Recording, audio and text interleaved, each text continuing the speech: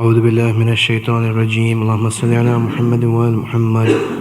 بسم الله الرحمن الرحيم. ياسين والقرآن الحكيم إنك لمن المرسلين على صراط مستقيم تنزيل العزيز الرحيم لتنذر قوما ما أنذر آباؤهم فهم غافلون. لقد حق القول على أكثرهم فهم لا يؤمنون. إنا جعلنا في أعناقهم أغلالا فهي إلى الأذقان فهم مقمحون. وجعلنا من بين أيديهم سدا ومن خلفهم سدا فأغشيناهم فهم لا يبصرون. وسواء عليهم أأنذرتهم أم لم تنذرهم لا يؤمنون. إنما تنذر من اتبع الذكر وخشي الرحمن بالغيب فبشره بمغفرة وأجر كريم. إنا نحن نحيي الموتى ونكتب ما قدموا وآثارهم وكل شيء أحصيناه في إمام مبين. واضرب لهم مثلا أصحاب القرية إذ جاءها المرسلون إذ أرسلنا إليهم 2 فكذبوهما فعززنا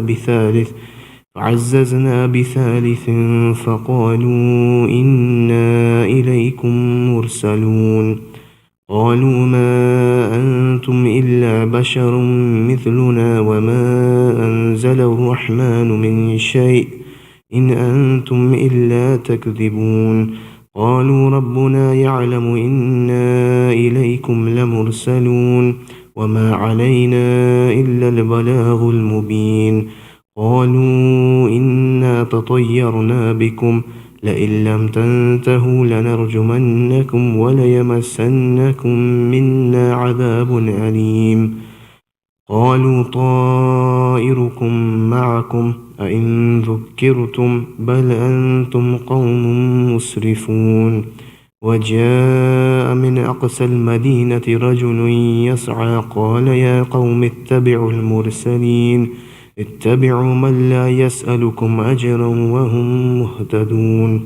وما لي لا أعبد الذي فطرني وإليه ترجعون.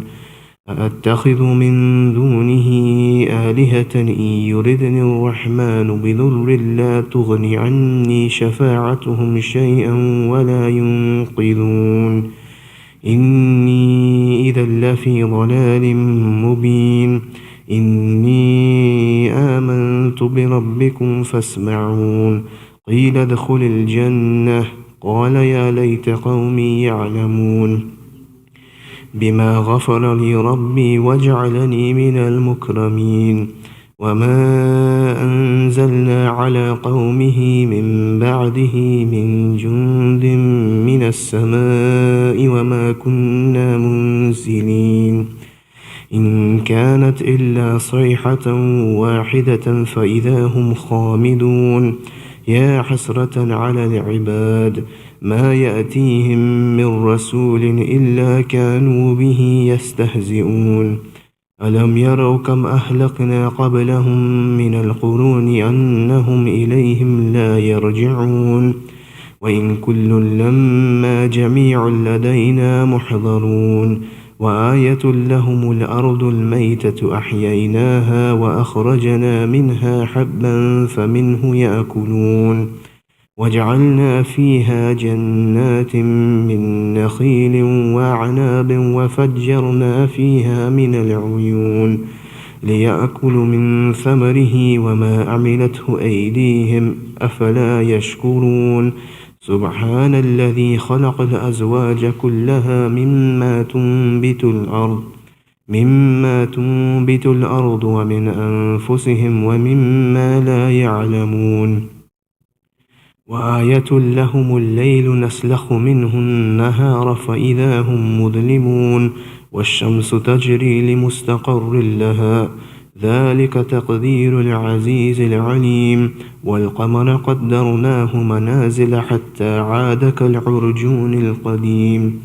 لا الشمس ينبغي لها أن تدرك القمر ولا الليل سابق النهار وكل في فلك يسبحون وآية لهم أنا حملنا ذريتهم في الفلك المشحون وخلقنا لهم من مثله ما يركبون وإن نشأ نغرقهم فلا صريخ لهم ولا هم ينقذون إلا رحمة منا ومتاعا إلى حين وإذا قيل لهم اتقوا ما بين أيديكم وما خلفكم لعلكم ترحمون وما تأتيهم من آية من آيات ربهم إلا كانوا عنها معرضين وإذا قيل لهم أنفقوا مما رزقكم الله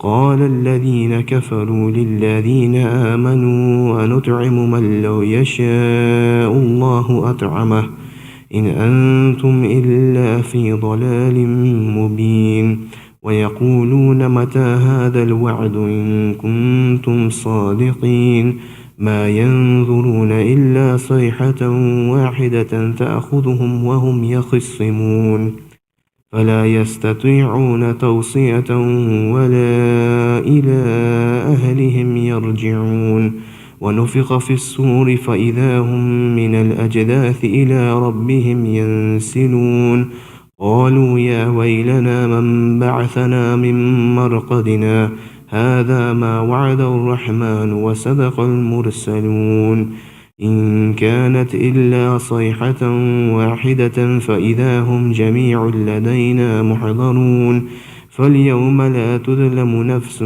شيئا ولا تجزون إلا ما كنتم تعملون إن أصحاب الجنة اليوم في شغل فاكهون هم وأزواجهم في ظلال على الأرائك متكئون لهم فيها فاكهة ولهم ما يدعون سلام قولا من رب رحيم وامتازوا اليوم أيها المجرمون ألم أعهد إليكم يا بني آدم ألا تعبدوا الشيطان إنه لكم عدو مبين وأن اعبدوني هذا صراط مستقيم ولقد أضل منكم جبلا كثيرا أفلم تكونوا تعقلون هذه جهنم التي كنتم توعدون اصلوها اليوم بما كنتم تكفرون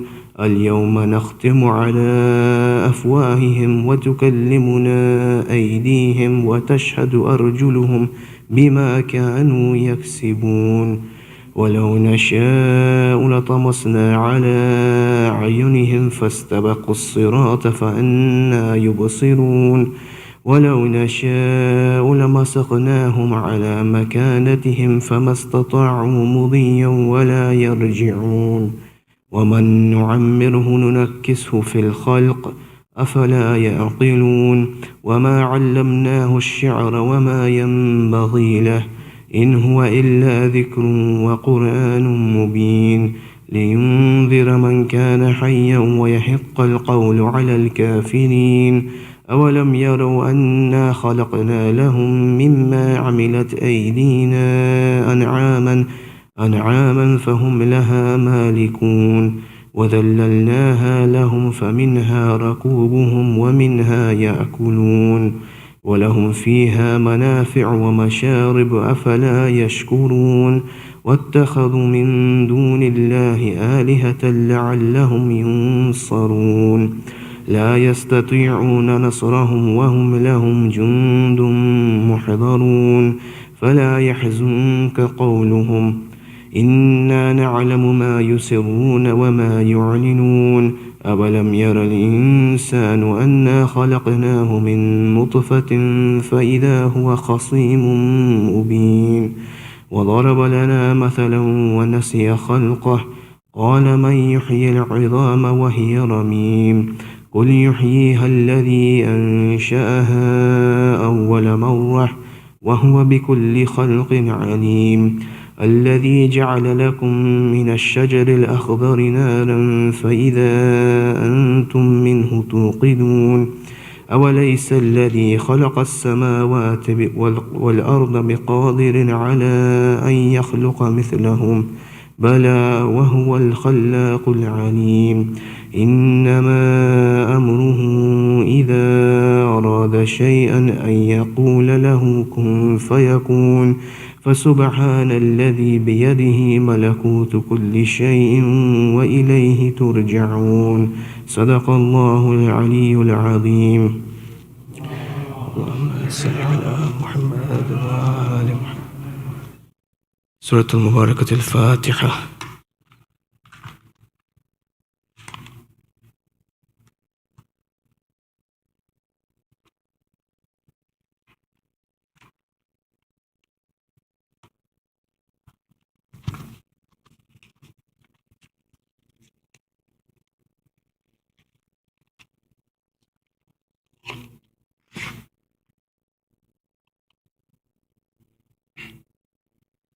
ومحمد وآل محمد صلوات الله وسلم.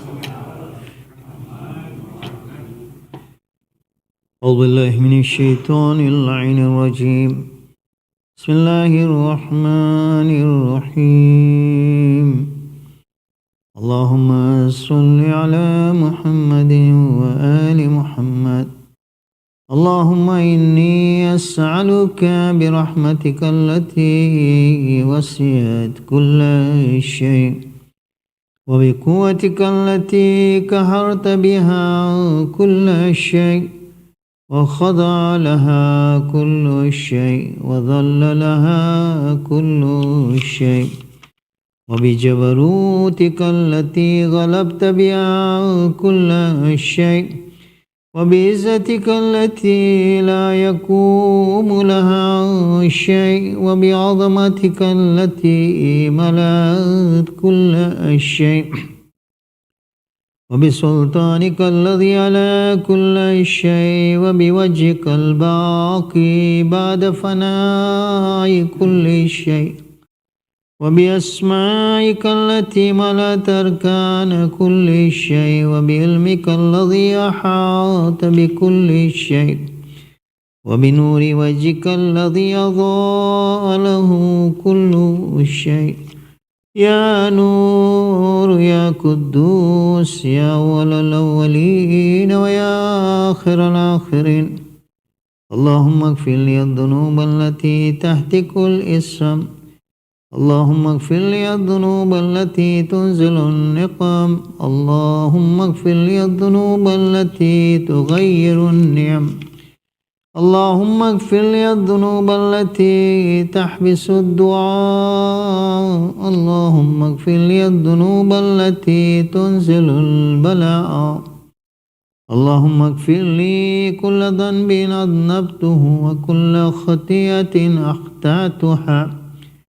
اللهم إني أتقرب إليك بذكرك وأستشفع بك إلى نفسك وأسألك بجودك أن تدنيني من كربك وأن توزعني شكرك وأن تلهمني ذكرك. اللهم إني أسألك سؤال خاض متضلل خاشع أن تسامحني وترحمني وتجعلني باسمك راضيا قانيا وفي جميع الأحوال متواضعا. اللهم وأسألك السؤال من اشتدت فاقته وأنزل بك عند الشدائد حاجته وعظم فيما عندك رغبته.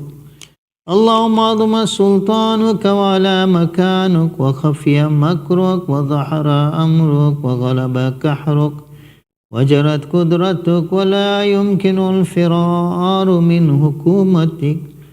اللهم لا أجد لذنوبي غافرا ولا لكبائي ساترا ولا لشيء من عملي الكبير بالحسن مبدلا غيرك. لا إله إلا أنت سبحانك وبحمدك ظلمت نفسي وتجرعت بجهلي وسكنت إلى قديم ذكرك لي ومنك علي. اللهم مولاي كم من كبير سترت وكم من فاده من البلاء أكلت وكم من إثار وكيت وكم من مكروه دفعت وكم من ثناء جميل لست أهلا له نشرت.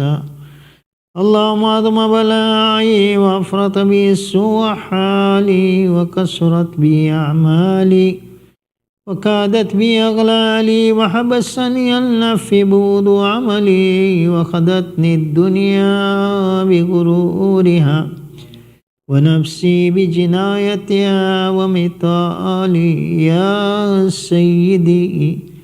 وأسألك بعزتك أن لا يحجب عنك دعائي سوء عملي وفعالي ولا تفزحني بخفي ما اطلعت عليه من سرك ولا تعجلني بالعقوبة على ما عملته في خلواتي من سوء فعلي وإساءتي ودوام تفريطي وجهالتي وكثرة شهواتي وغفلتي. وكن اللهم بعزتك لي في كل الأحوال رؤوفا وعلي في جميع الأمور عطوفا.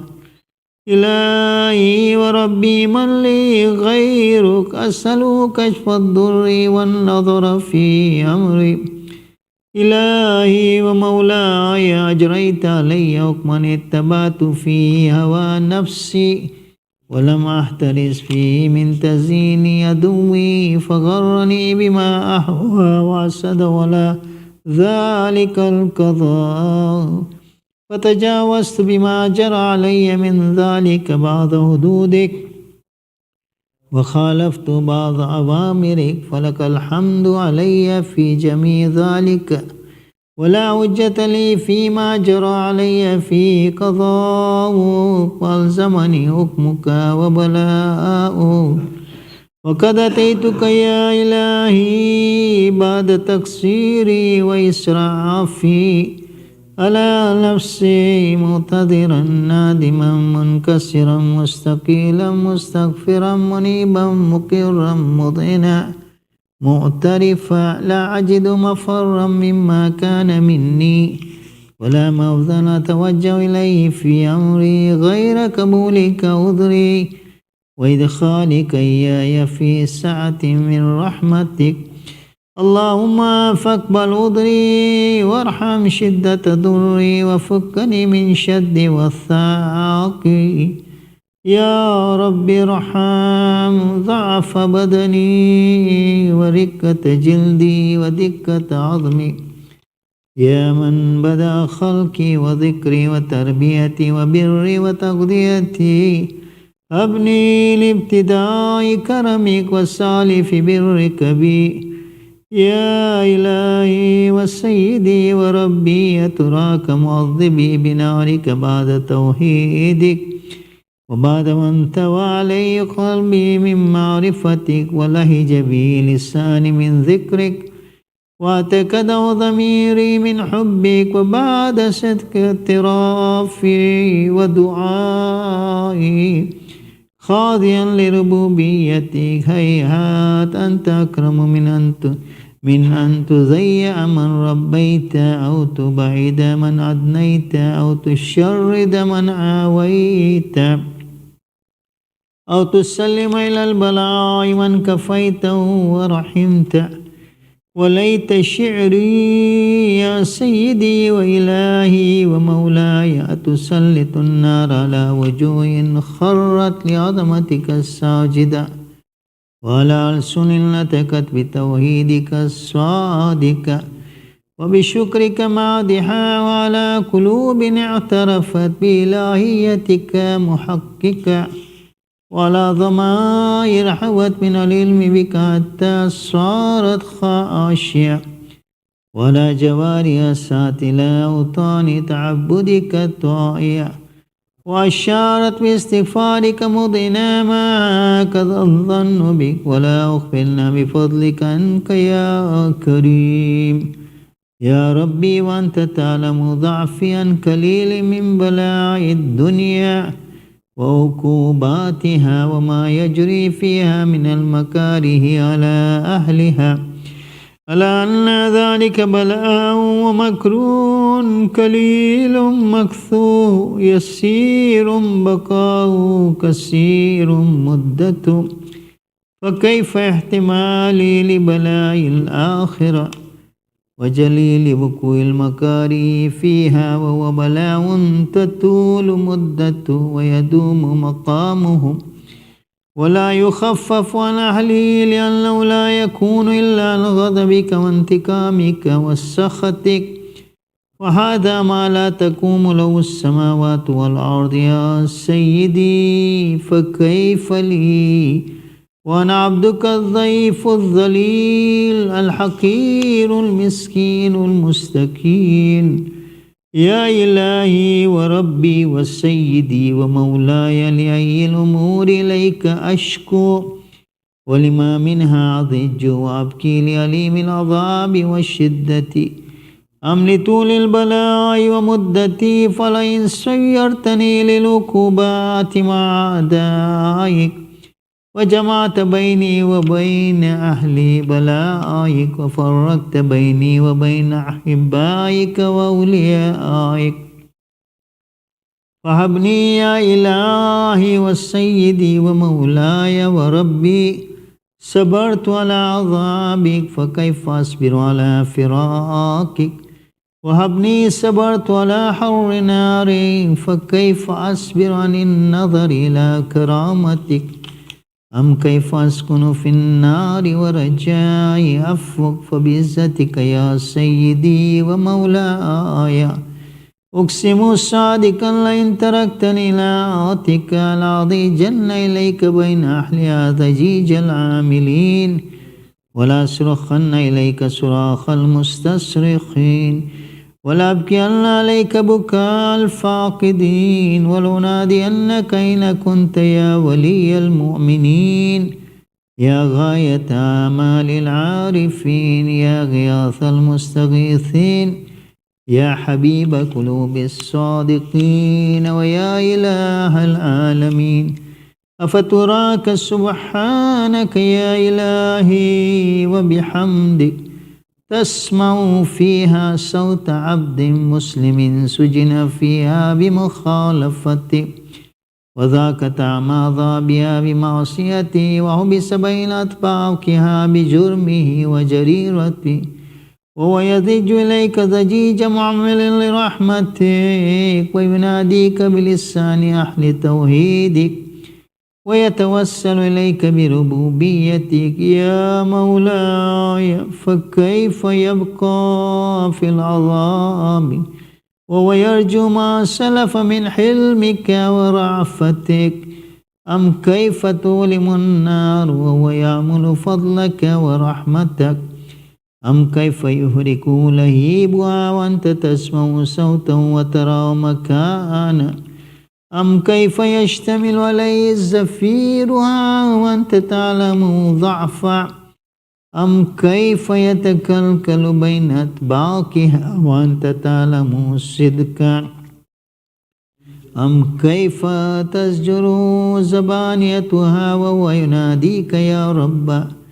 أم كيف يرجو فضلك في عتق منها فتترك فيها هيهات؟ ما ذلك الظن بك ولا المعروف من فضلك ولا مشبه لما عملت بالموحدين من برك وإحسانك، وباليقين أكتو لولا ما حكمت بي من تعذيب جاهدك وقضيت بي من إخلاد معاندك، لجعلت النار كلها بردا والسلاما، وما كان لأحد فيها مقرا ولا مقاما، لكنك تقدست أسماؤك أقسمت أن تملأها من الكافرين من الجنة والناس أجمعين وأن تخلد فيها المعاندين وأن تجلى ثناؤك قلت مبتدئا وتتولت بالإنعام متكرما أفمن كان مؤمنا كمن كان فاسقا لا يستوون إلهي وسيدي فأسألك بالقدرة التي قدرتها وبالقضية التي أتمتها وحكمتها وغلبت من علي أجريتها أن تهب لي في هذه الليلة وفي هذه الساعة كل جرم أجرمته وكل ذنب أذنبته وكل كبير أسررته وكل جعل عملته كتمته وأعلنته أخفيته وأظهرته وكل سيئة أمرت بإثبات الكرام الكاتبين الذين وكلتهم بهم ما يكون مني وجعلتهم شهودا علي مع جواره وكنت أنت الرقيب علي من ورائي والشاهد لما خفي عنهم وبرحمتك أكفيت وبفضلك سترت وأن توفر حظي من كل خير أنزلت أو إحسان فضلت أو بر نشرت أو رزق بسطت أو ذنب تغفر أو خطأ تستر يا ربي يا ربي يا رب يا إلهي وسيدي ومولاي ومالك رقي يا من بيدي ناصيتي يا عليما بالضر ومسكنتي يا خبيرا بفقر وفاقتي يا ربي يا ربي يا رب أسألك بحقك وقدسك وعظم صفاتك وأسمائك أن تجعل أوقاتي من الليل والنهار بذكرك معمورا وبخدمتك موصولا وعمالي عندك مقبولا حتى تكون أعمالي وأورادي وإرادتي كلها بردا واحدا وحالي في خدمتك سرمدا يا سيدي يا من عليه معولي يا من إليه شكوت أحوالي يا ربي يا ربي يا رب قوي على خدمتك جواره واشدد على العزيمة جوانه وهب لي الجد في خشيتك والدوام في الاتصال بخدمتك حتى أسرح إليك في ميادين السابقين وأسري إليك في المبارزين وأشتاق إلى قربك في المشتاقين وأدنو منك دنو المخلصين وخافك مخافة الموقنين واجتمع في جوارك مع المؤمنين اللهم ومن أرادني بسوء فعارض ومن كادني فكد واجعلني من أحسن عبيدك نصيبا عندك وأقربهم منزلة منك وخصهم زلفة لديك وإنه لا ينال ذلك إلا بفضلك وجد لي بجودك واطف علي بمدك واحفظني برحمتك واجعل لساني بذكرك لهجا وقلبي بحبك متيما ومن علي بحسن إجابتك وأقلني أثرتي واغفر زلتي فإنك قضيت على عبادك بعبادتك وأمرتهم بدعائك وضمنت لهم الإجابة، فإليك يا ربي نسبت وجهي، وإليك يا ربي مددت يدي، وبعزتك استجب لي دعائي، وبلغني منايا ولا تقطع من فضلك رجائي، واكفني شر الجن والإنس من أعدائي، يا سريع الرضا اغفر لمن لا يملك إلا الدعاء، وإنك فعال لما تشاء، يا من اسمه دواء وذكره شفاء، وطاعته غناء ارحم من رأس مالي الرجاء، والسلاح البكاء، يا سابغ النعم، يا دافع النقم، يا نور المستوحشين في الظلم، يا عالما لا يعلم، صلي على محمد وآل محمد، وفعل بما أنت أهل، وصلى الله على رسوله والأئمة الميامين من آله، وسلم تسليما كثيرا.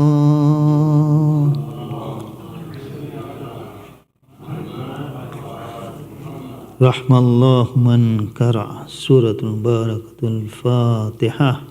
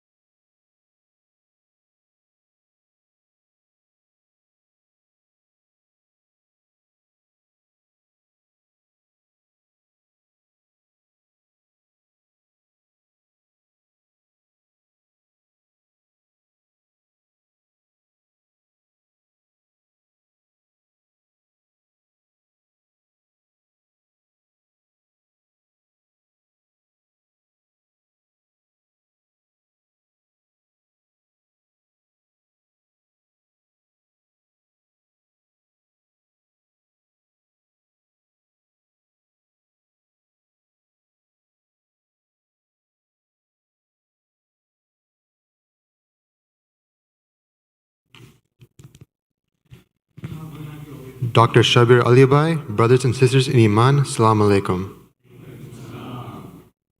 Let us remember all marhumin listed on the screen with the Surah Fatiha. Bismillah.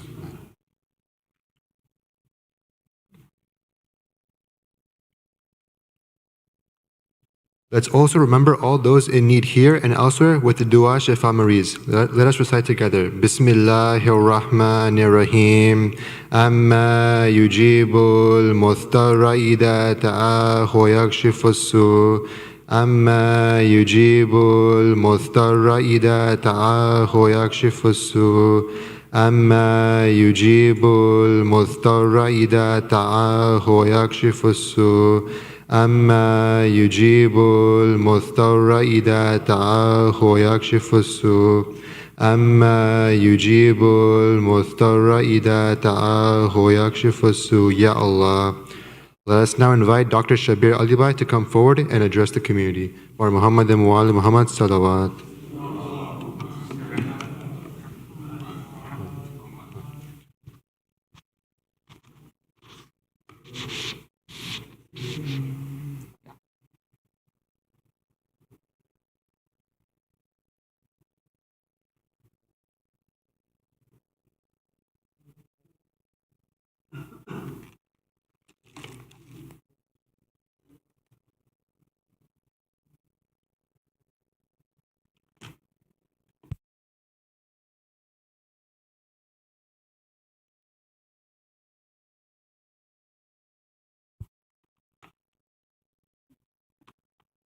أعوذ بالله من الشيطان الرجيم بسم الله الرحمن الرحيم. My elders, brothers and sisters in Islam, Assalamu alaikum. It's a pleasure to be here again at HIC in Sanford. I was able to speak to you last year and it's a wonderful opportunity, so I thank you for inviting me. I was asked to speak today for about half an hour on the topic of memory loss, dementia, and Alzheimer's, and so that's what I'm going to cover. For those of you who don't know me, I am a physician. I specialize in geriatric medicine, which is diseases of older adults or aging, and I practice in Toronto, Canada, and I'm affiliated with the University of Toronto. I will cover the following things. Sorry, I'm on two screens.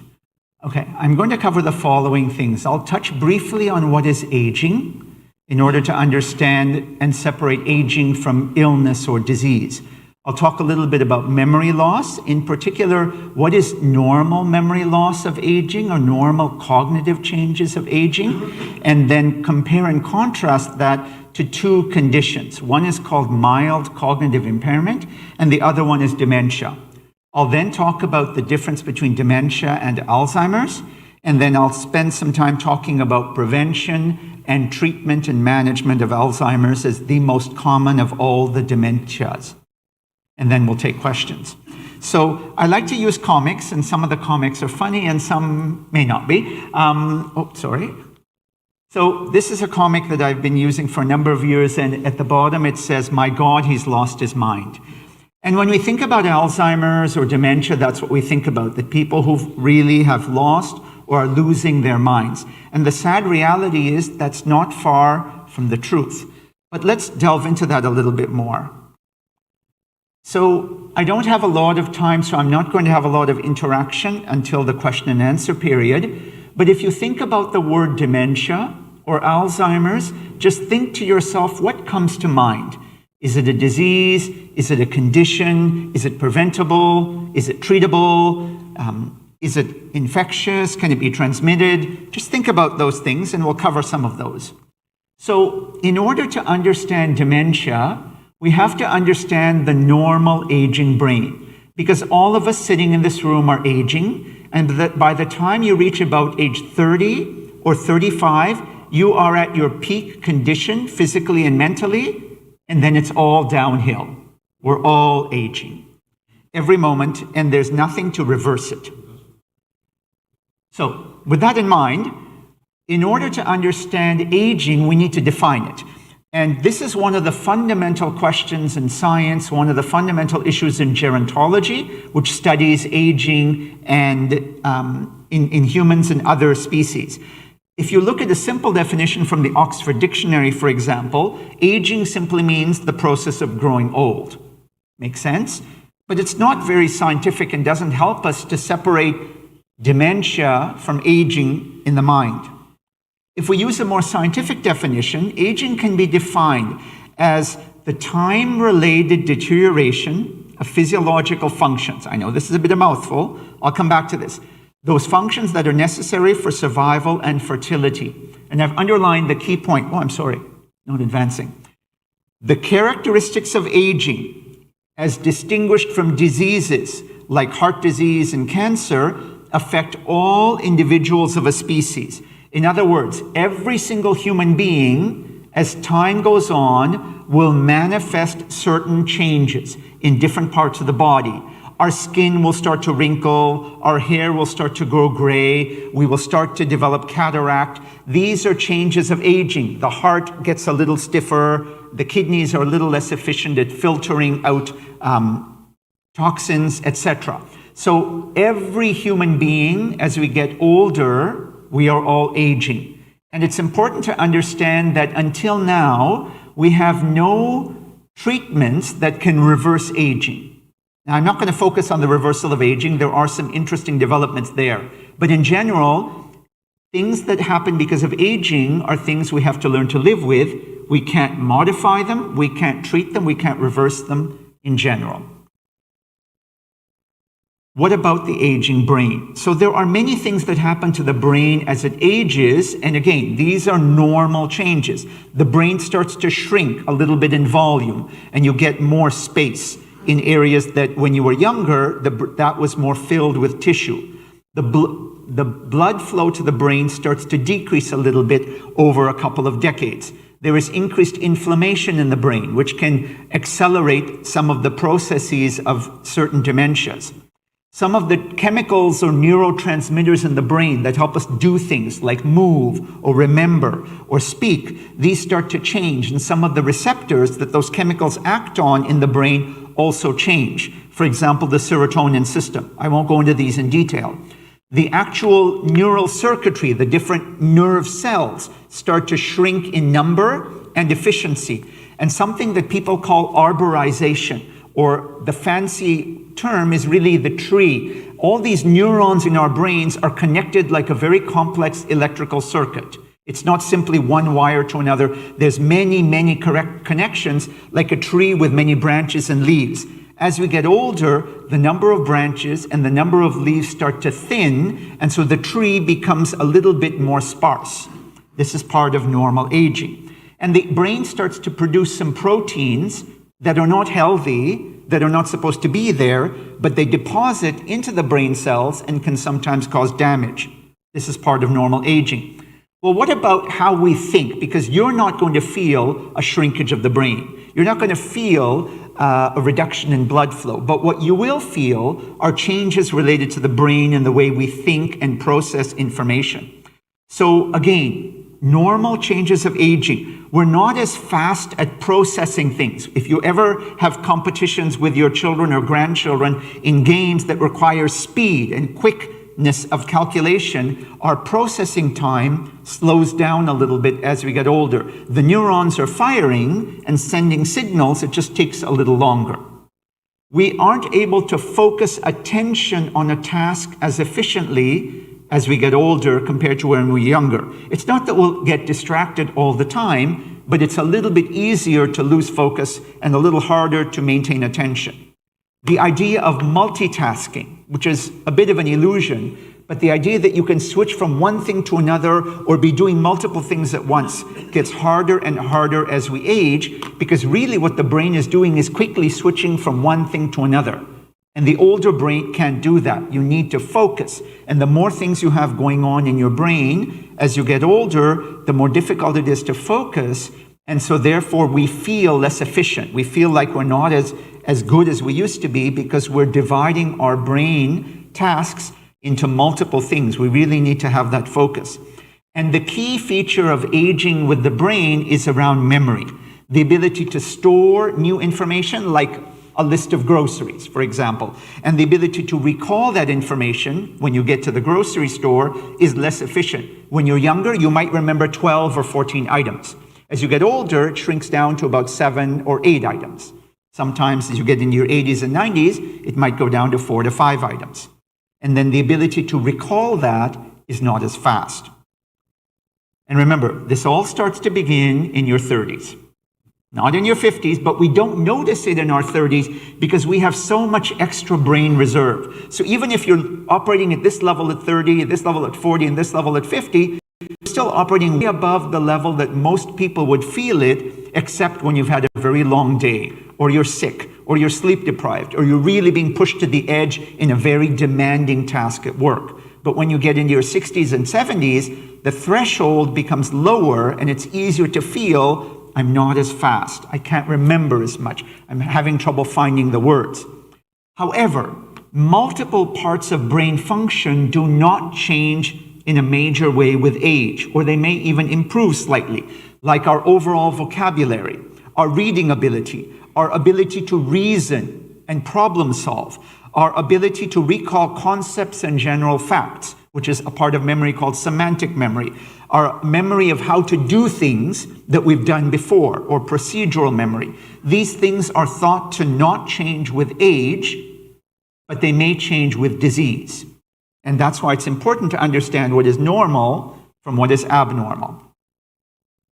Oh, I'm sorry, I keep forgetting to skip the slide. I apologize. As I mentioned, some things don't change with age. Our vocabulary, reading, verbal reasoning, semantic memory, and procedural memory. Okay, I have to keep remembering to do this. So then let's talk about memory loss. As I mentioned already, some degree of memory loss is normal as we age, and so all of us will experience it. The challenge for us as humans who are getting older and for doctors and other healthcare providers is figuring out when a patient says, I don't remember as well, or I'm having trouble remembering the word, finding the words, is this normal aging, or is this something more serious, a potential disease?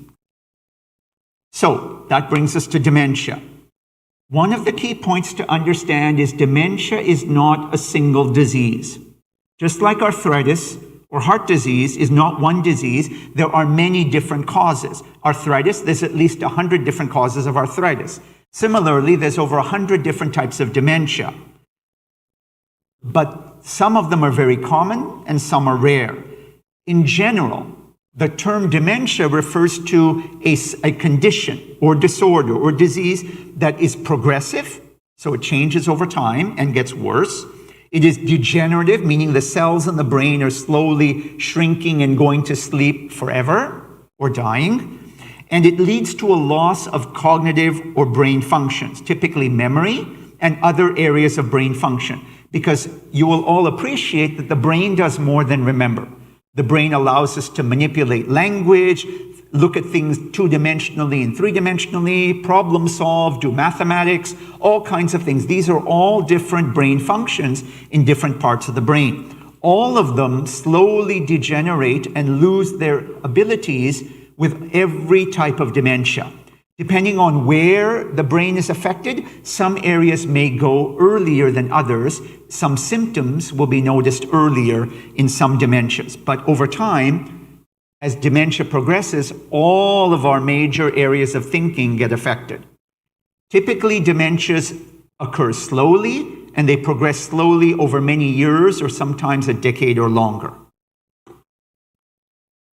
Dementia is common as we get older. So for example, US and Canadian data would suggest that about 1 in 40, 65 to 74-year-olds have dementia.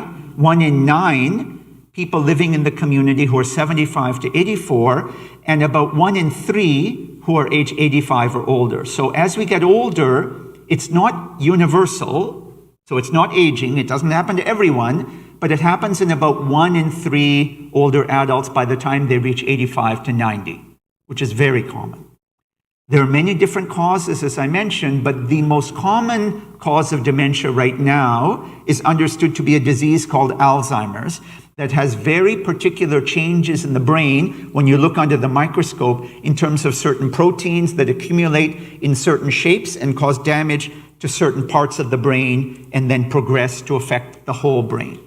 Other common dementias you may have heard about, and I won't be focusing on them today because of lack of time, but vascular dementia that's related to strokes, frontotemporal dementia that has a particular effect on the front part of the brain first and foremost with different symptoms, and Lewy body dementia, which is related to Parkinson's disease.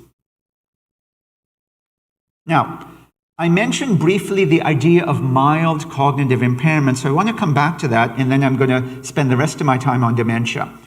In between normal aging and dementia, we have this condition called mild cognitive impairment, and it's become more and more important because it's even more common than dementia. It is widespread in aging men and women, and by definition, people with mild cognitive impairment complain of memory problems and sometimes other areas of thinking. These are out of keeping with what we would expect for age alone. So based on testing we might do with cognitive testing or neuropsychological testing, but they remain independent in function, so they can still manage their finances and bathing and dressing and so on, and they do not have clinical evidence of dementia. Why mild cognitive impairment is important is not only is it common, but the risk of developing dementia is about 10% per year if you have developed mild cognitive impairment. That's much higher than just normal aging alone. So that's important to recognize, and there are new areas of research to try to prevent mild cognitive impairment from progressing to dementia. And mild cognitive impairment is probably not one condition. Some of the causes of mild cognitive impairment include very, very early Alzheimer's that we haven't been able to pick up with current testing, but now as we're getting more sophisticated blood tests and imaging tests, we're picking it up early and earlier. But sometimes mild cognitive impairment can be due to things like depression or hardening of the arteries or certain medications. And each of these will manifest differently, and over time, they will change differently, and there are different prevention and treatment strategies. So mild cognitive impairment is not one disease, but it's probably multiple different causes. Okay, if you think about Alzheimer's disease and other dementias, I'm sure you can think of things that might put people at higher risk. So just take a moment and think about some of the risk factors that might increase the risk of you or your loved ones of developing dementia. And I want you to think about them in two broad categories: things that we cannot reverse or modify, and things that we may be able to modify. Doesn't mean it's easy, but things we may be able to modify. So let's start with the easy ones. Things that we cannot modify, that we're born with them, and they will either eventually cause us to develop dementia or increase the risk. So a family history of dementia, particularly in people below the age of 60, in a close relative, increases the likelihood of developing dementia by about 1.3 to 1.5. And there are certain genetic mutations that may not come from our parents, but may have developed when we were still developing as fetuses inside the womb of our mothers, and those genetic abnormalities also increase the risk of dementia. They're uncommon. The vast majority of dementias, including most forms of Alzheimer's, are not thought to be due to either of these risk factors. Maybe 10%. 90%, we don't have non-modifiable risk factors, but we have a number of modifiable ones. So a series of scientists from around the world published the first massive study that summarized all the known risk factors for Alzheimer's and other dementias a couple of years ago. And they identified 12 risk factors that can that explain or predict about 45 to 50% of all the known cases of dementia. So 50% are still a puzzle. Maybe of those 10% are due to genetics, but we can predict with all these risk factors almost half. So what are these risk factors? Lower levels of education and previous head injury. These are in no particular order. Decreased physical activity. Smoking. Excessive alcohol, not an issue in this community, inshallah. High blood pressure or hypertension. Obesity. or excess body weight, diabetes, which happens in 1 in 5 of us, hearing loss, especially moderate or severe rather than mild, depression, infrequent social contact, so people who are very isolated, and the contact doesn't have to be in person, but lack of contact with other human beings increases the risk of dementia as we get older. And probably the most surprising one for many of you, sorry, I forgot to advance, air pollution. Increasing air pollution is now established as a weak but consistent risk factor for dementia. It's not as strong as some of the earlier ones. In 2024, that same group of international scientists studied and looked at another 100 and something articles and summarized 2 new risk factors for dementia that have now been added to the list. So now we have 14. Those last 2 are poor vision and high cholesterol. And if you think about this list, many of these we can modify, but not all. And they're not all easy to modify, but we can reduce the risk of dementia. And in fact, in the last 5 years, in countries like England, the United States, and Canada, we have seen a peak in the number of new cases of dementia, and the rates are actually starting to stabilize and go down slightly. Because many of these risk factors, particularly the ones around heart disease, like managing blood pressure and cholesterol and smoking, we've gotten better and better. And so the rates of dementia are starting to go down. Not dramatically, but we're starting to see small reductions. Alhamdulillah, we're making progress. Now, this is just a graph, and it won't project. All I'll say is that same Lancet article had a beautiful illustration that showed that in early life, the biggest risk factor is low education. In the yellow circle, we have things that happen in midlife for many of you, like high cholesterol and early hearing loss and depression and brain injury and lack of physical activity. And then in late life, in the blue at the bottom, we have risk factors that affect people in their 60s and 70s. Social isolation, air pollution, vision loss, etc. So depending where you are in your life, certain risk factors are more important to modify than at other times. Okay, I'm running out of time. So can we do anything to prevent dementia? The Lancet Commission, again, talks about and recommends 13 recommendations that I'll briefly walk through because I think they're important. First, we should be ensuring good quality education and cognitively stimulating activities throughout our lives. Some of my patients will try and learn a new language when they're in their 60s, or they'll go back to college and take a course to be able to sort of stimulate their brains, or they join community groups and they're playing chess, or they're reading books, or they're doing other things that are cognitively stimulating. We need to find ways to improve education in early life and in late life. We need to make hearing aids accessible to all people who have at least moderate hearing loss, and make sure that we decrease the harmful noise that causes hearing loss for people who are working. We need to treat depression effectively, and our treatments are 60 to 70% effective, but we need to do better. We need to make sure we minimize head injuries with helmets and head protection in contact sports and when people are riding bicycles. We need to encourage exercise. 30 minutes, 3 to 5 times a week is good for your heart, it's good for your brain. Anything that's good for the heart, in general, gets the blood flowing and gets the arteries open. It's good for the brain, reduces the risk of stroke, reduces the risk of dementia. Reducing smoking through various strategies. Managing good blood pressure, below 130 of the top number, 130 millimeters of mercury or less, as soon as you reach age 40 and onwards. So we should all be checking our blood pressures and make sure that we're at that number or below on average.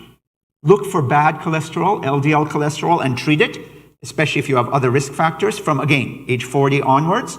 Maintain a healthy body weight, reduce high alcohol. Again, this is for everyone. Prioritize age-friendly and supportive community environments, living in communities where we minimize people living alone, and try to have connections not only in jamaats and things, but even in housing complexes and areas where people have a greater chance to live together or close to one another, or multi-generational households. Different people in different countries in the world are trying to do different things. Look for vision loss, screen for it regularly and treat it, and of course try and reduce exposure to air pollution. Estimates right now are that if we manage all of these risk factors, we can reduce the number of new cases of dementia by at least 30%. So not 50% or 100%, but 30% is still pretty good for this devastating disease. Now, I'm not going to go through this part, which is what I summarize to my patients, but it's really just a quick summary of what was said before. I will highlight one thing, which is the guideline doesn't get into diets very much, but I believe, and many scientists believe, that a Mediterranean diet and certain other healthy diets are the best opportunity to reduce the risk of dementia in terms of diets. And Mediterranean diets include, as many of you know, having fish at least twice a week, minimizing use of red meat, and having more skinless chicken, 5 to 10 servings of fruit and vegetables a day, ideally raw, except maybe for tomatoes, a handful of nuts every day. We don't know if there's any one nut that's better than any other, so a handful of nuts. Ideally 1 to 2 tablespoons of olive oil a day, or you can go for the MIND diet, and I put a reference at the end, which is similar to the Mediterranean diet, but also emphasizes certain high antioxidant fruits and vegetables, like acai berries, pomegranate, blueberries, etc. These two diets are the most effective right now that we have for preventing dementia. Okay, I'm going to move on and finish up in the next 5 minutes. Can we do anything to treat it? We've talked about risk factors, we've talked about prevention. So, first point. At this point in time, there are no drugs that can reverse dementia once it's happened. There's lots of research, there's lots of interesting possibilities, but there's no proven treatment that reverses the disease, unfortunately. And most of the research has been done in Alzheimer's disease. With the other dementias, we know a lot less, but research is ongoing. Now, are there drugs that can slow down dementia once it's developed, particularly Alzheimer's? Yes, there are. And in the U.S., you have 2 drugs that have now been approved, Leqembi and Kisunla, and these are both available. They are a type of injection, like intravenous injections, of a special type of antibody against that protein in the brain that I mentioned, that abnormal protein called beta amyloid. And it can reduce levels of that abnormal protein by 90 to 95%, which sounds great. And it can keep those levels down very, very low. The theory is that that protein is going into awkward shapes and depositing into cells, causing inflammation and destroying cells. If you get rid of the protein, no more inflammation, no more destruction. Sounds great, and there's some lovely data that made the U.S. FDA, the Food and Drug Administration, approve these drugs. I won't go into details, but I'll highlight only 3 things. That was an extremely controversial decision, the most controversial FDA decision in my world of geriatrics I've ever seen, acknowledged but widely criticized. But it was a very interesting decision. But there are major concerns about both of the drugs. I can talk more about them in the question period, because the amount of benefit on clinical outcomes, in other words, did people actually feel better? Did their memory get better? It was close to 0. It was very, very small. The costs are enormous, in tens of thousands of dollars, and there are some serious safety concerns about bleeding and inflammation and swelling in the brain in some people on these drugs. So these are the beginnings of drugs to manage these diseases, but they are certainly not great drugs yet. But they're big steps forward in the eyes of some. Okay, if we don't have drugs that reverse it, we have some drugs that may stop it from progressing, maybe. Do we have drugs that can improve people's memory and other thinking-related symptoms? We do. We've had drugs that have been approved now for over 20 years, and they work by trying to increase the levels of neurochemicals in the brain that are responsible for helping our memory and thinking. They're not permanent, and they don't reverse the disease, as I mentioned, but they can temporarily boost up memory and thinking and make you perform the way you were 6 months ago to 12 months ago, and stay that way for anywhere from 6 months up to 3 years, if they work. But the overall amount of benefit is generally mild, and fewer than 50% of people respond to the drugs. It's trial and error to see. They're generally safe. Serious side effects are only occurring in about 1 to 2%. And the 3 most common drugs approved in the US are Aricept, Remenil, and Exelon. They're available orally, and one of them is available in a patch that you can put on your skin for people who prefer that or can't tolerate the oral. Okay, no drugs to cure, some drugs to slow it down, some drugs to help memory symptoms. What about other symptoms? So people with dementia can develop other symptoms, and I don't have time to get into details. Depression is common. We have a number of drugs and non-drug treatments to help depression in people with dementia. Some people develop paranoia, suspiciousness. They may hear things or see things. They may be very frightening. We have drugs that can help those. Some people may become aggressive, shouting, screaming, picking up knives, hitting people, punching, kicking, etc. You'll see this more in late-stage dementia in nursing homes, but you do see it sometimes even in people living at home. We have drugs to help that and non-drug approaches. A lot of people with Alzheimer's disease develop difficulty sleeping. We have medications and non-medication approaches to help that as well. And weight loss is a big issue as people get worse dementia. We have some drugs that may help that. Of course, all of these drugs have side effects. They have trade-offs. They don't work in everyone. But we have a lot of options to help a lot of symptoms. I also want to point out that it's not all about drugs. There are a number of psychological, supportive, behavioral counseling approaches that are as effective as some drugs for some of these conditions. For example, depression.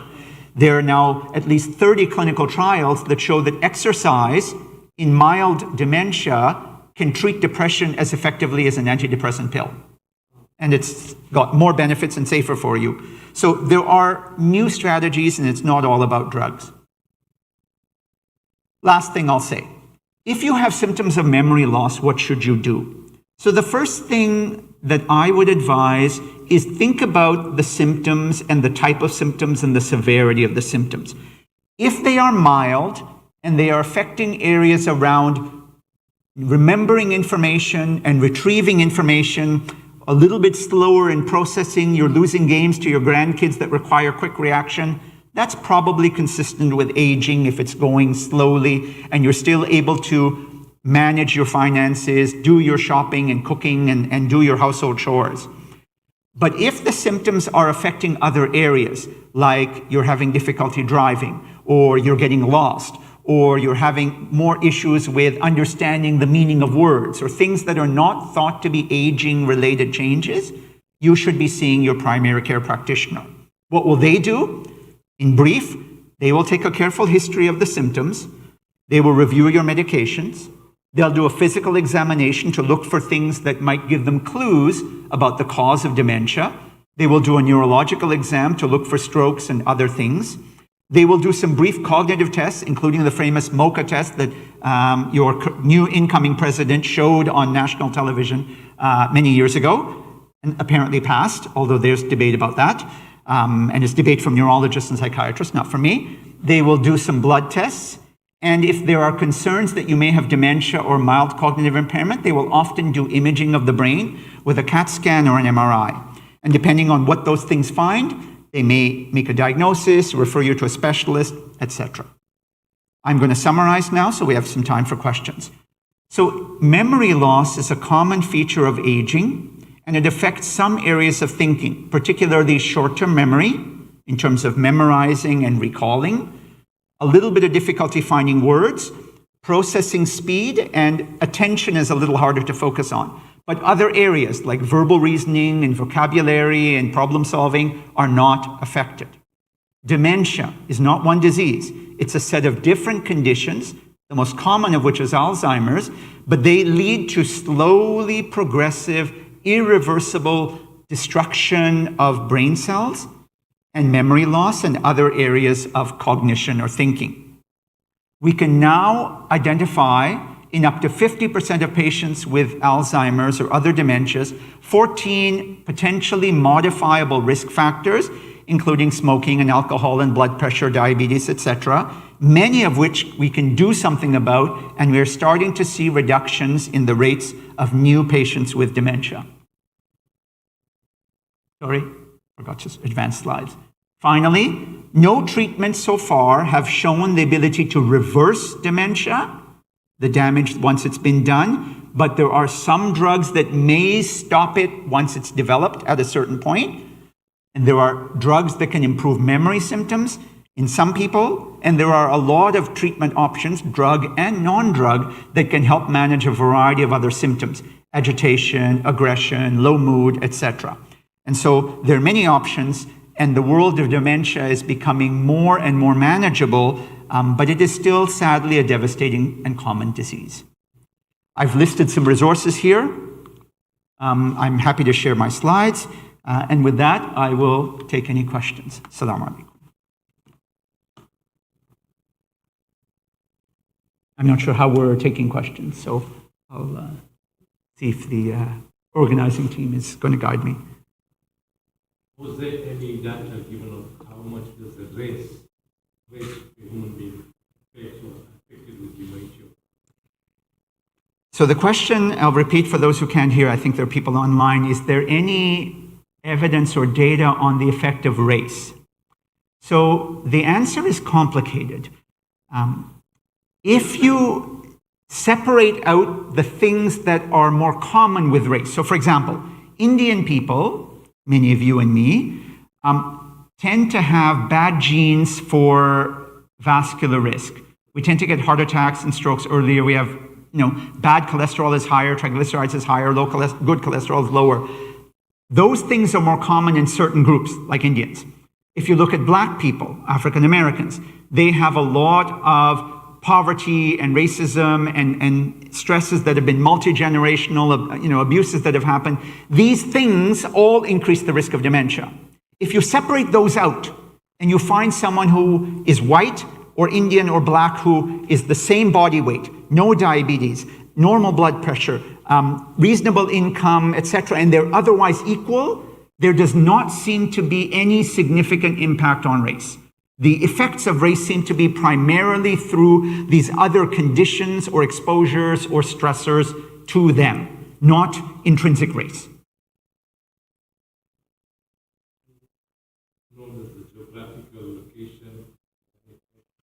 Again, the question is around geographical location. So independent of the other risk factors like air pollution, smoking, obesity, which tend to be in some communities, some counties more than others, there is not thought to be an independent geographic effect. There's some data looking at altitude, but it has not consistently borne out. And so that doesn't seem to be an issue.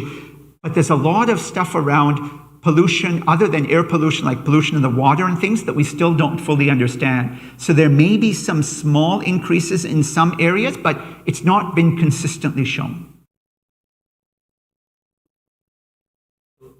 Oh, sorry. Oh, yes, go ahead now. Sorry. Go ahead. There is this new AI treatment that they've come out with that can scan your full body and let you know what are the risks that you're going to have in the future. Is there is something like that that you guys would do, or it's too early in stage? Yeah, good question. So the question was there are AI-based treatments that can now scan the whole body and give you a prediction of risk. So first of all, they're not treatments.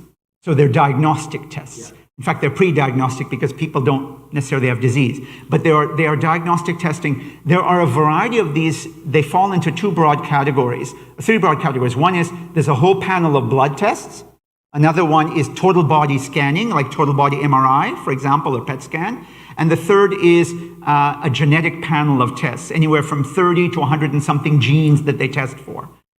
All of these can pinpoint people who may be at higher risk or lower risk of developing certain dementias, particularly Alzheimer's, but they are not at the level that they can be used yet in clinical practice, and they don't necessarily lead to immediate treatment.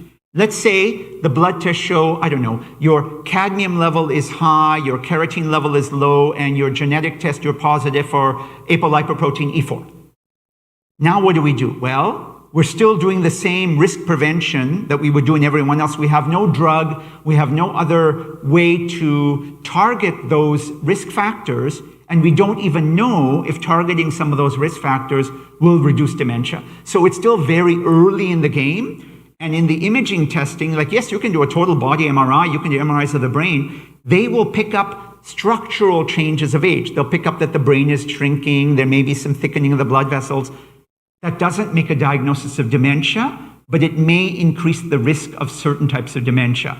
But with everything else, you really need to connect it to people's symptoms and what are we finding when we do detailed cognitive testing. On their own, they don't help a lot yet. It's probably going to change in the next 5 to 10 years because so much is now changing in the diagnostic space. Question? Are there any data or studies done treating early dementia with lifestyle change compared to pharmaceutical intervention? Yeah, great question. So are there any data on treating early dementia with lifestyle changes rather than drugs? So if you step back to the world before dementia, so not normal aging, not dementia, but in the middle, mild cognitive impairment, there we have data. It's not the strongest level of evidence, but it's the next level where it shows that particularly the Mediterranean diet and regular exercise and to a certain degree mindfulness or other stress reduction techniques can reduce the likelihood of people progressing to develop dementia from mild cognitive impairment. Some studies have suggested you can reduce the rates by 10 to 30%.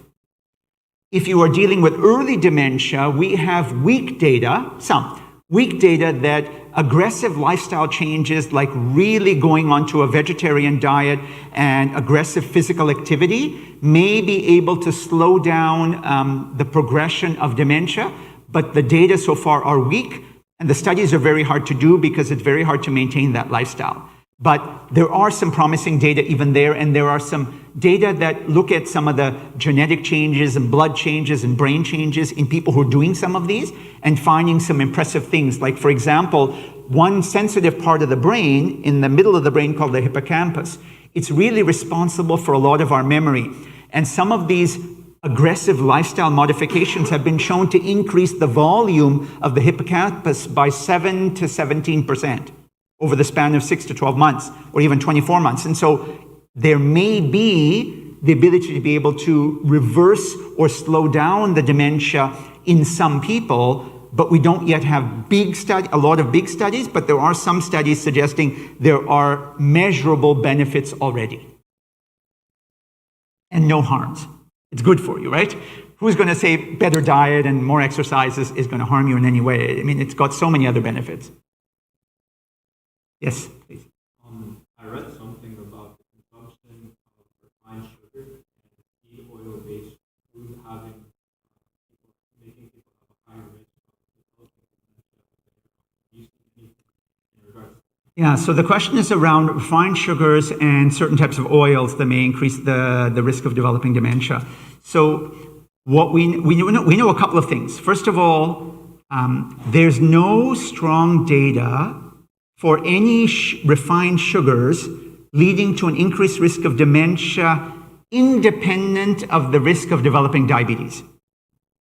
So in people who are eating a lot of refined sugars, there's clear evidence that there's a higher risk of obesity. And with obesity, we have a higher risk of stroke and heart attack and diabetes, and those all increase the risk of dementia.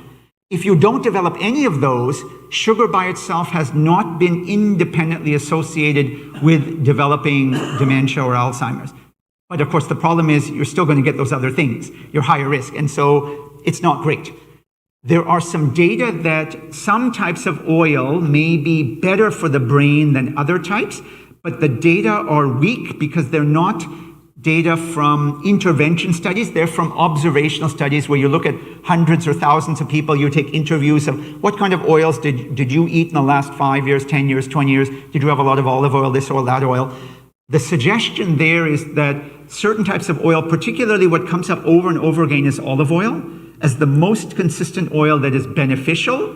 And some of the other oils may be more harmful, but olive oil seems to be the one that comes out with the best signal for benefit. There's a little bit of data on things like grapeseed oil and avocado oil, but they're much, much weaker. The strongest data is really for olive oil right now. That's what we know. And there's controversy about things like coconut oil because it has some benefits, but also may have some harms in terms of too much of it causing inflammation in the body, and that may lead to inflammation in the brain, but the data are very weak. So we don't know.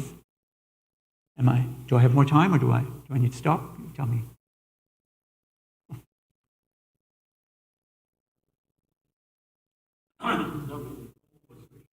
Oh, sorry, there's a question.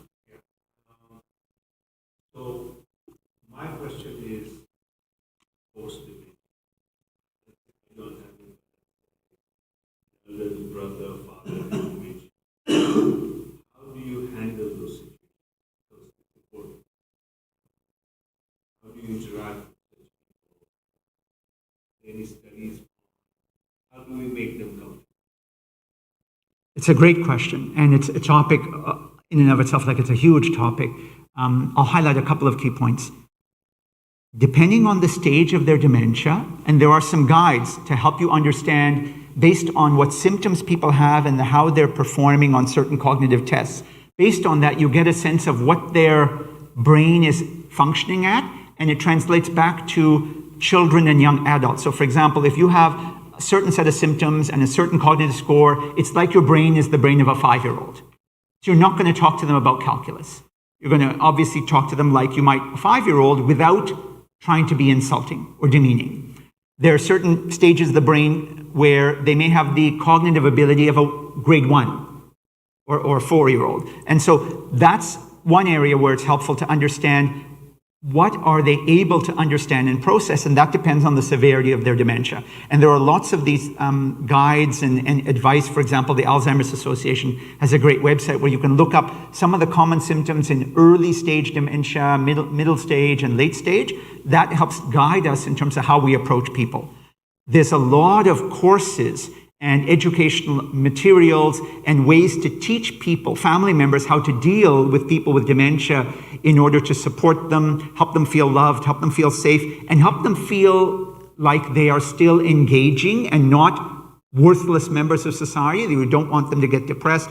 We want to try to engage with them and keep them active, but doing things that are within their scope. And so there's a whole area of literature and all kinds of approaches, particularly in the worlds of psychology and social work, where there's a lot of evidence and different courses online and in person. I'm sure they have them here in Sanford and Orlando, targeting family members and caregivers for what they should know on how to help deal with and approach a person with dementia.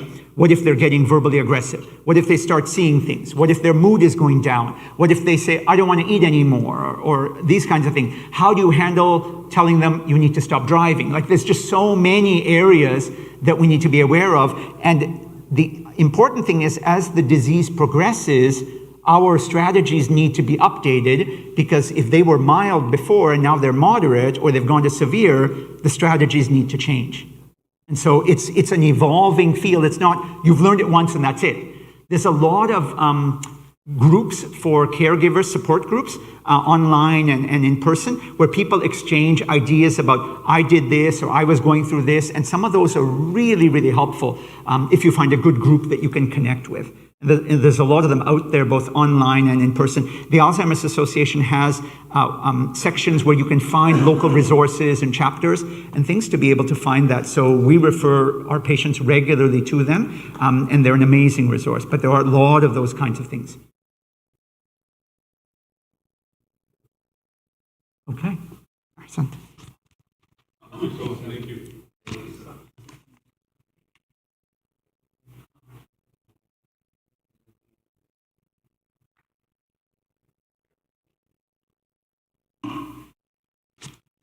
We wanted to thank you, Dr. Shabbir Alibhai, for that wonderful presentation. Hope it benefited everybody in the community. We'll conclude tonight's program, inshallah, with Ziyarat Warith.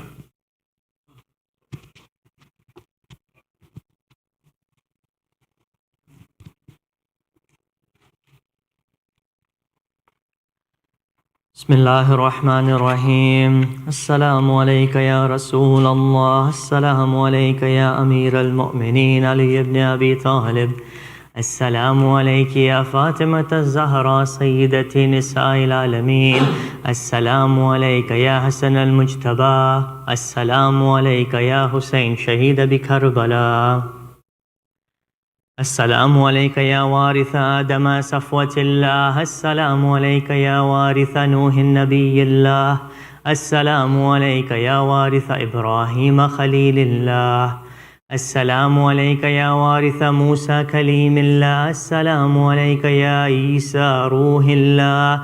السلام عليك يا وارث محمد حبيب الله. السلام عليك يا وارث علي أمير المؤمنين ولي الله. السلام عليك يا ابن محمد المصطفى. السلام عليك يا ابن علي المرتضى. السلام عليك يا ابن فاطمة الزهراء. السلام عليك يا ابن خديجة الكبرى. السلام عليك يا ثار الله وابن ثاره والوتر الموتور. أشهد أنك قد أقمت الصلاة وآتيت الزكاة وأمرت بالمعروف ونهيت عن المنكر وأطعت الله ورسوله حتى أتاك اليقين. فلعن الله أمة كتلتك، ولعن الله أمة ظلمتك، ولعن الله أمة سميت بذلك فرضيت به. يا مولاي يا أبا عبد الله، أشهد أنك كنت نورا في الأسلاب الشامخة والأرحام المطهرة، لم تنجسك الجاهلية بأنجاسها ولم تلبسك من مدلهمات ثيابها. وأشهد أنك من دعائم الدين وأركان المؤمنين. وأشهد أنك الإمام البر التقي الرذي الأزكي الحادي المهدي. وأشهد أن الأئمة من ولدك كلمة التقوى وألام الهدى والأروة الوثقى والحجة على أهل الدنيا. وأشهد الله وملائكته وأنبياءه ورسوله أني بكم مؤمن وبيا بكم موقن بشرائع ديني وخواتيم أملي، وكلبي لقلبكم سلم وأمري لأمركم متبع. صلوات الله عليكم وعلى أرواحكم وعلى أجسادكم وعلى أجسامكم وعلى شاهدكم وعلى غائبكم وعلى ظاهركم وعلى باطنكم. السلام عليك يا ابن رسول الله. السلام عليك يا ابن نبي الله. السلام عليك يا ابن أمير المؤمنين. السلام عليك يا ابن الحسين الشهيد. السلام عليك أيها الشهيد وابن الشهيد. السلام عليك أيها المظلوم وابن المظلوم. لعن الله أمة قتلتك، ولعن الله أمة ظلمتك، ولعن الله أمة سميت بذلك فرضيت به. السلام عليكم يا أولياء الله وأحباءه. السلام عليكم يا أصفياء الله ووداءه. السلام عليكم يا أنصار دين الله. السلام عليكم يا أنصار رسول الله. السلام عليكم يا أنصار أمير المؤمنين. السلام عليكم يا أنصار فاطمة الزهراء سيدة نساء العالمين. السلام عليكم يا أنصار أبي محمد الحسن بن علي الزكي الناصح. السلام عليكم يا أنصار أبي عبد الله. بأبي أنتم وأمي تبتم وتابت الأرض التي فيها دفنتم وفزتم فوزا عظيما. فيا ليتني كنت معكم فأفوز معكم. السلام عليك يا أبا الفضل العباس بن أمير المؤمنين. السلام عليك يا ابن سيد الوصيين. السلام عليك يا ابن أول القوم إسلاما وأقدمهم إيمانا وأقومهم بدين الله وأحوتهم على الإسلام. أشهد لقد نصحت لله ولرسوله ولأخيك فنعم الأخ المواسي. فلعن الله أمة كتلتك، ولعن الله أمة ظلمتك، ولعن الله أمة استحلت منك المهارم وانتهكت حرمة الإسلام. فنعم الأخ الصابر المجاهد محامي الناصر. والأخ الدافي عن أخيه المجيب إلى طاعة ربي الراغب فيما زهد فيه غيره من الثواب الجزيل والثناء الجميل، وألهقك الله بدرجة آبائك في جنات النعيم. السلام عليك يا علي زين العابدين، السلام عليك يا محمد الباقر، السلام عليك يا جعفر الصادق، السلام عليك يا موسى الكاظم، السلام عليك يا علي الرضا، السلام عليك يا محمد التكي الجواد، السلام عليك يا علي النكي الحادي، السلام عليك يا حسن العسكري، السلام عليك يا مولانا يا صاحب العصر والزمان، الأمان الأمان الأمان، السلام عليك يا شريك القرآن، السلام عليك يا كعبة الإيمان، السلام عليك يا خليفة الرحمن، السلام عليكم ورحمة الله وبركاته. اللهم كل وليك الحجة ابن الحسن صلواتك في هذه الساعة وفي كل ساعة وليا وقائدا وناصرا وأينا حتى تسكنه وتمتعه فيها طويلا برحمتك يا أرحم الراحمين.